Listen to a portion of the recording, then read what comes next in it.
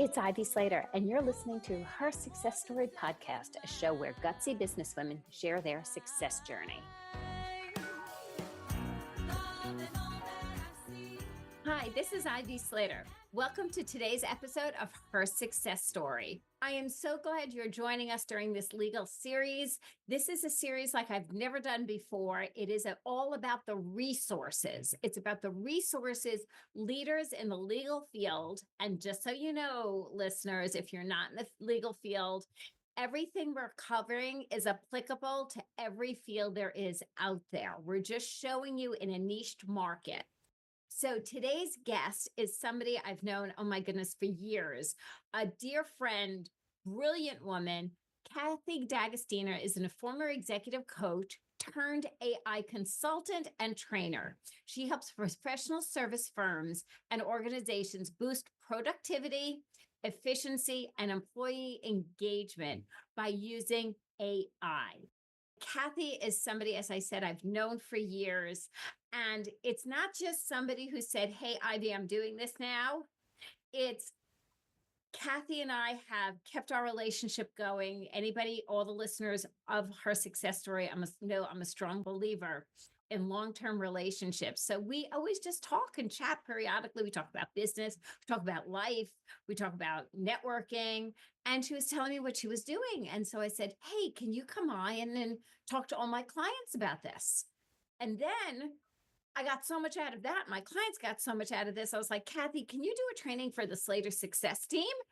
And we immediately started implementing within a matter of 24 hours and started seeing a difference. So when I put this legal series together, one of my first reach outs was Kathy D'Agostino. Let's talk about AI in the legal world. Kathy, thank you for joining me here today. Well, Ivy, thank you so much for the invite. And I mean, gosh, when you say how long we've been friends and how long we've known each other, our friends knew your mother, right? My friends knew your, and We we go both back went to generations. yeah, and we both went to IPEC, the same coaching school, not at the same time, but just as a connection, right? So many ways that relationships, and you always do, focus on that, relationships cross so many barriers.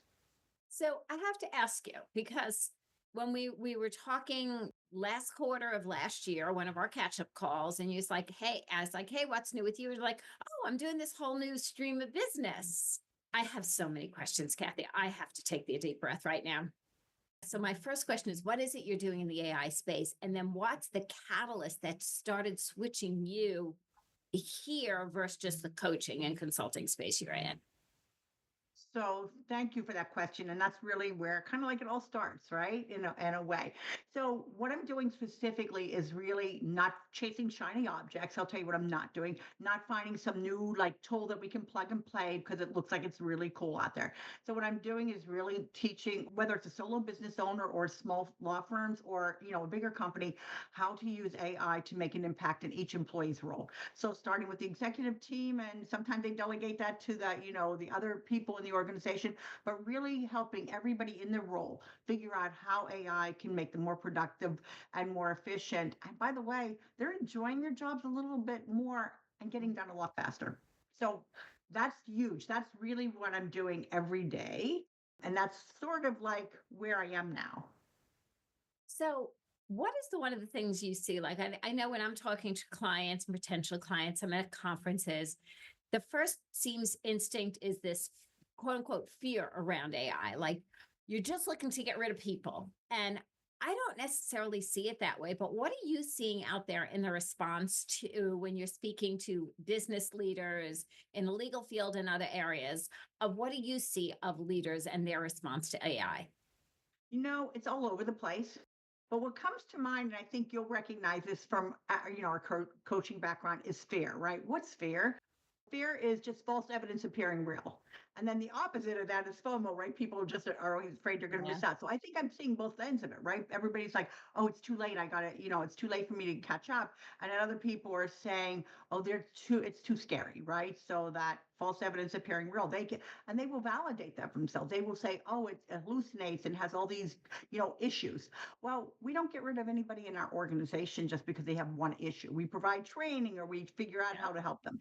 And so what I'm seeing and hearing is, being all over the place, but I think we're starting to land in a place where people recognize that it has value, that it has impact, and that they can learn how to use this now versus later, that it will change their business. It will make them more competitive, especially these small law firms. And I get a lot of reach out from that. So I'm not a lawyer. I don't have a legal background. My claim to fame is my daughter's an attorney, but that's about as close as I get to the legal world. And I love Right? your daughter's resources. She's the best. Exactly. So she's in the prosecutor world. So, lots of never a need for more clients.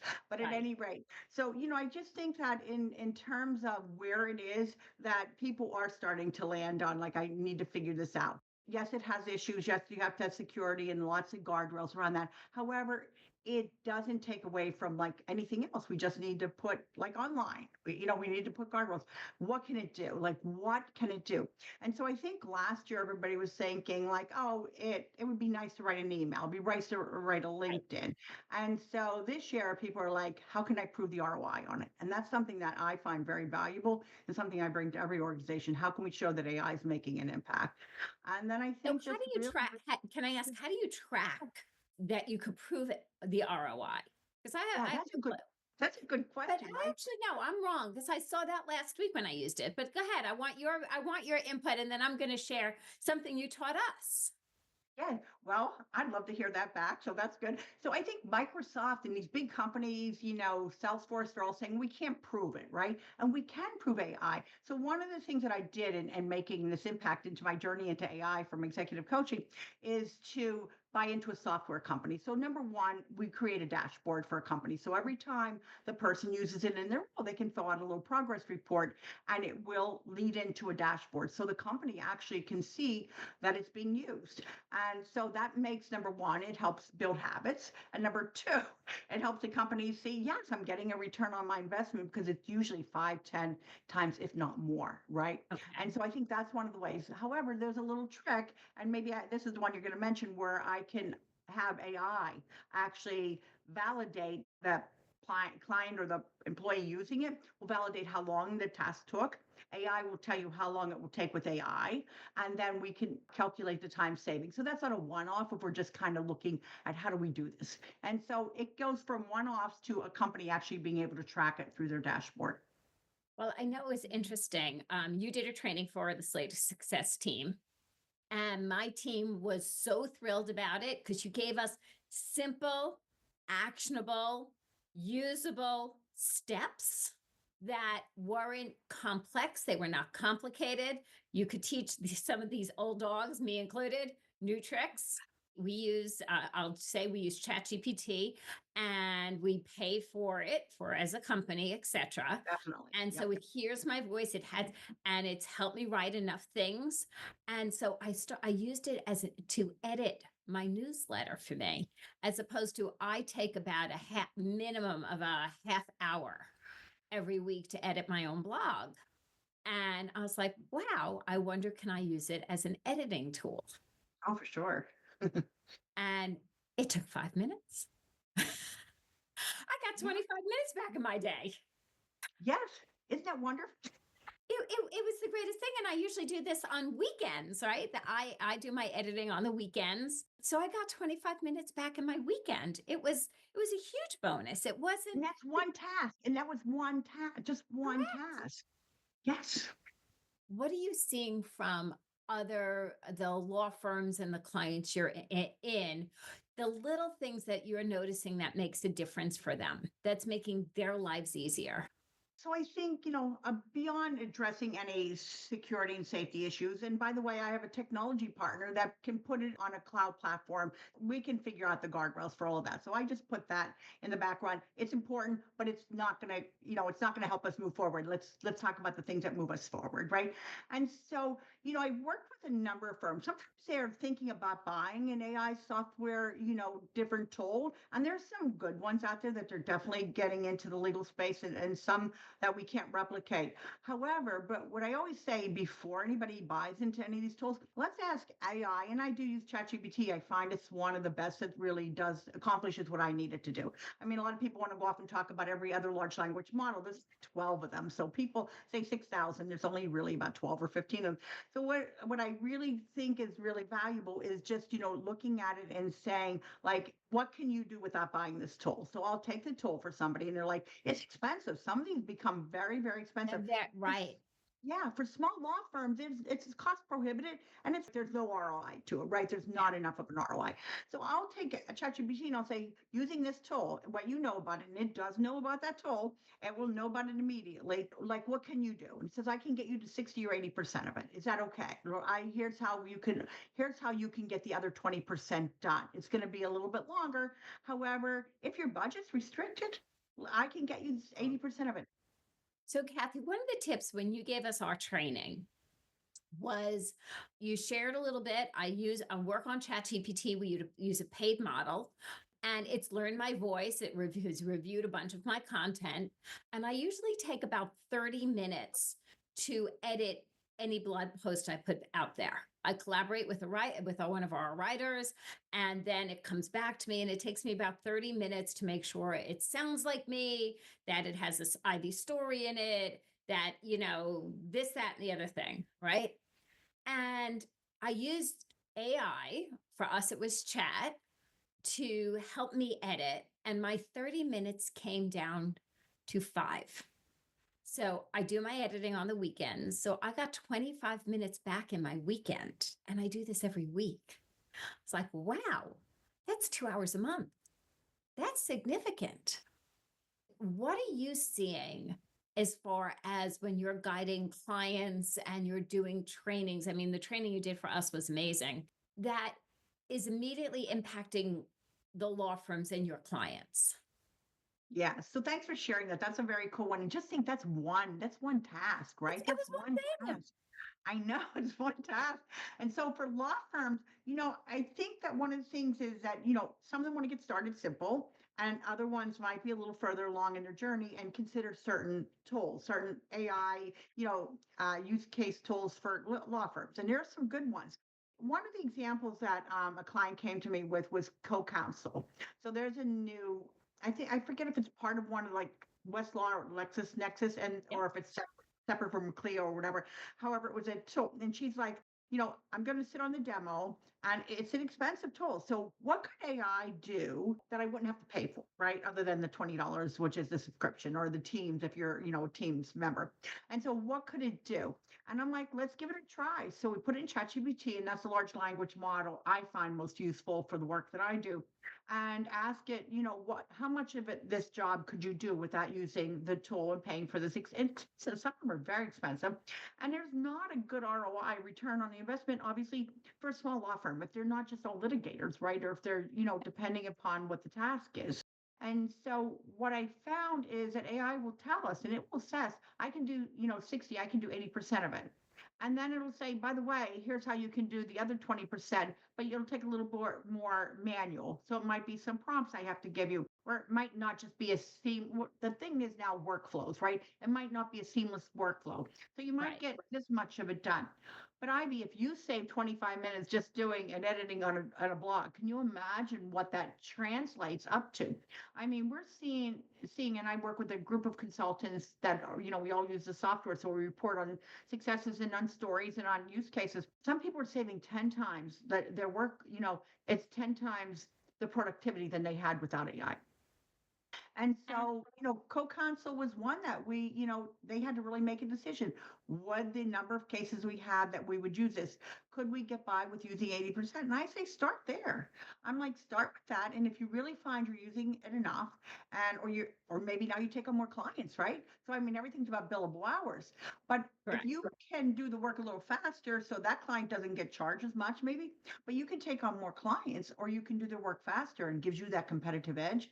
So let's start with using it in that capacity, and then it makes sense. And you invest in the tool. So then at least you know that you haven't purchased something and it's not going to bring value to you. So we want to make sure that the ROI for this tool is valuable too. We've seen things about using AI for creating systems and procedures in the back end of efficiency of running the firm, of how we're using it to create the systems within a company and have it simple, easy follow through that HR departments, operations departments are really leaning into of making their world easier, hence more efficient, hence they are less bogged down in the weeds. They could do actually the high level of their job as opposed to the weeds of their job. Yeah, absolutely. I remember speaking in May on at SHRM. So HR is another one, very much so. And then, April 24th, I spoke to the New York Women's Bar Association on the very thing, like, using it for very specific tasks that are just getting people kind of used to using it. And everybody's in a different place. But I think if you haven't tried it all, then, I think one of the superpowers that I might have is because I say, people are my first language, technology is my second language, right? So it's a skill. And as you mentioned, anybody can learn it. And so it's just a matter of like getting started and saying, like, let me try this one thing.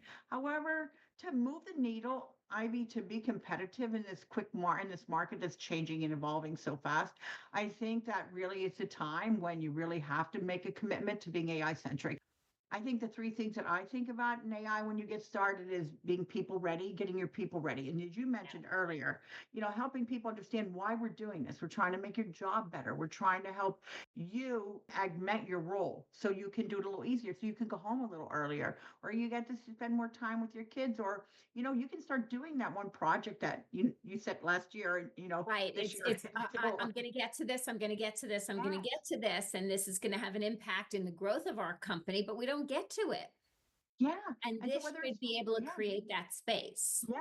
And whether it's SOPs or whether it's learning how to, use it to write, to make changes or edits in a contract. We did a lot of research with AI. And I think one of the law firms up in Chicago, it actually, provides all the resources. And not only that, it opens a sidebar and it shows you what the page was on it and the number where you could, and do your due diligence. Go check it out, make sure it really is there. And that's obviously anybody in any profession has to do their due Do your diligence, due right? diligence in anything and everything. It doesn't matter if it's AI or any other types of systems you're bringing on, from financial systems to tracking your hours or anything else. Do your due diligence. Know the information before you invest, before you make a decision. Yeah, and AI is just making it easier. It's opening the page for you, and it's all you have to do is, open it in Westlaw and go look at it and make sure it's there or wherever the resource was, right? And so I think that that's one of the things that we're really seeing, that AI is getting better and better at really providing those resources now. Following up, of course, is huge. So in those cases, I think that it really makes an impact. And we're seeing people that, as I mentioned, so that's people ready, AI ready. Do you have your systems in place? Did you purchase your large language model? Do you know how you're going to use it? And then the other one is getting change ready, because it will create change in your organization, right? And so, what do we need to think about, like, as it changes? And those KPIs, as we started mentioning, are projects, right? So now we have 25 extra minute in our day. Is there something we can start working on? How am I going to use that time? If I'm going to use it for leisure or for family, fine. If I'm going to use it to move my organization forward, Forward. then let me start working on that KPI. And, Ivy, to your point, like, I rarely work on weekends very much anymore. But on Sunday night, I'll get ready for Monday, but I would do that every Always. evening. Yep, because I just have that time back in my life, right? And it adds to your quality. We've talked about life work balance forever. And Sure. I've been a big proponent of life work integration. I think that there's some sense that you can really carve out free time now, where I feel before, especially as solo business owners or small firms, it impacts your life. And I think we can get a little of that back. Let me ask you this. What has surprised you as you've been embracing AI more, learning and training and etc.? What has surprised you in this process? I think so many things in one way and another Yeah. way. One of the things is people think it's new.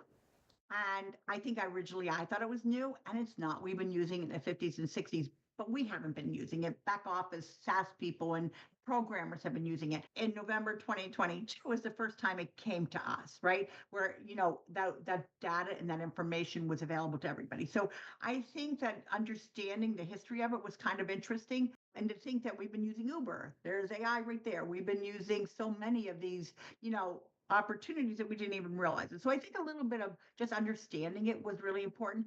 And then I think the way that people embrace it, it's not age related. So I had a group of young professionals and they were like, no, we don't need AI. We have TikTok and we have, everything chat and we have text. We don't need AI. It was a 6 series set class or set, program that I was teaching them.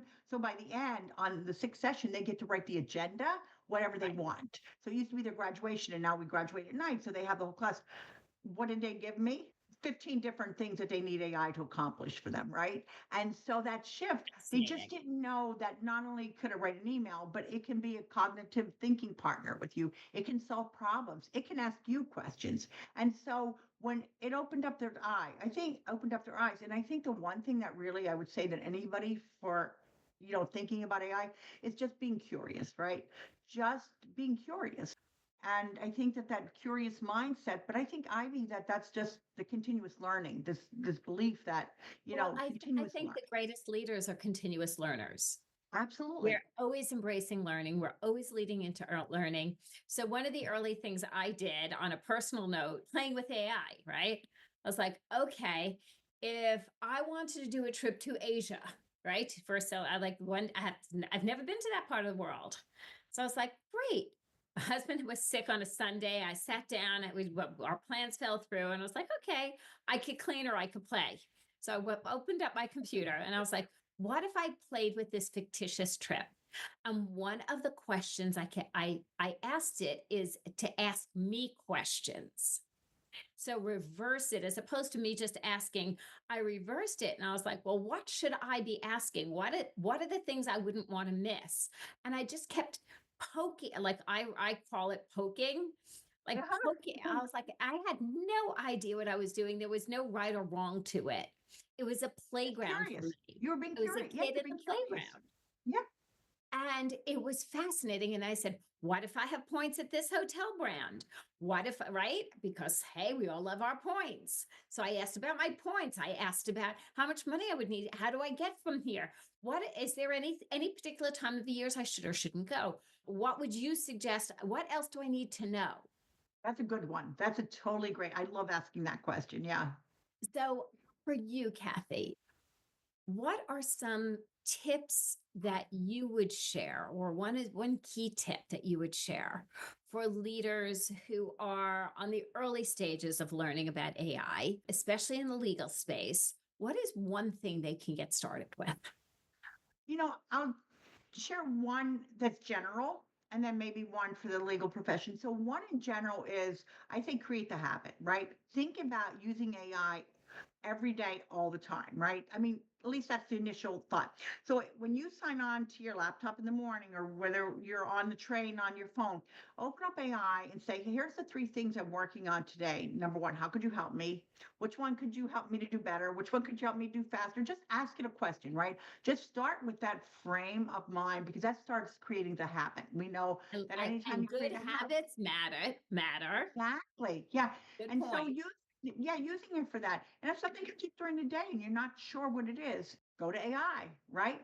So I think in general, that's true for everybody. Just, turn it on. And then I think for law firms, it's a little different, but saying like, I have this contract and I've done it before. I just have a few changes. How could you help me make those, right? So I had one time an ERISA attorney that had a document. It was late at night and we were working on something with her firm. And she said, I'm going to go home tonight. It's going to take me about 6 hours. I have a medical record of 20 pages and it's got to be, the diagnosis have to be, it was for an insurance company to recertify somebody for long-term insurance Okay. care. And she said, so I have to list the diagnosis by date and by diagnosis. And then she said, after that, there's a format the insurance company wants and I have to reformat it.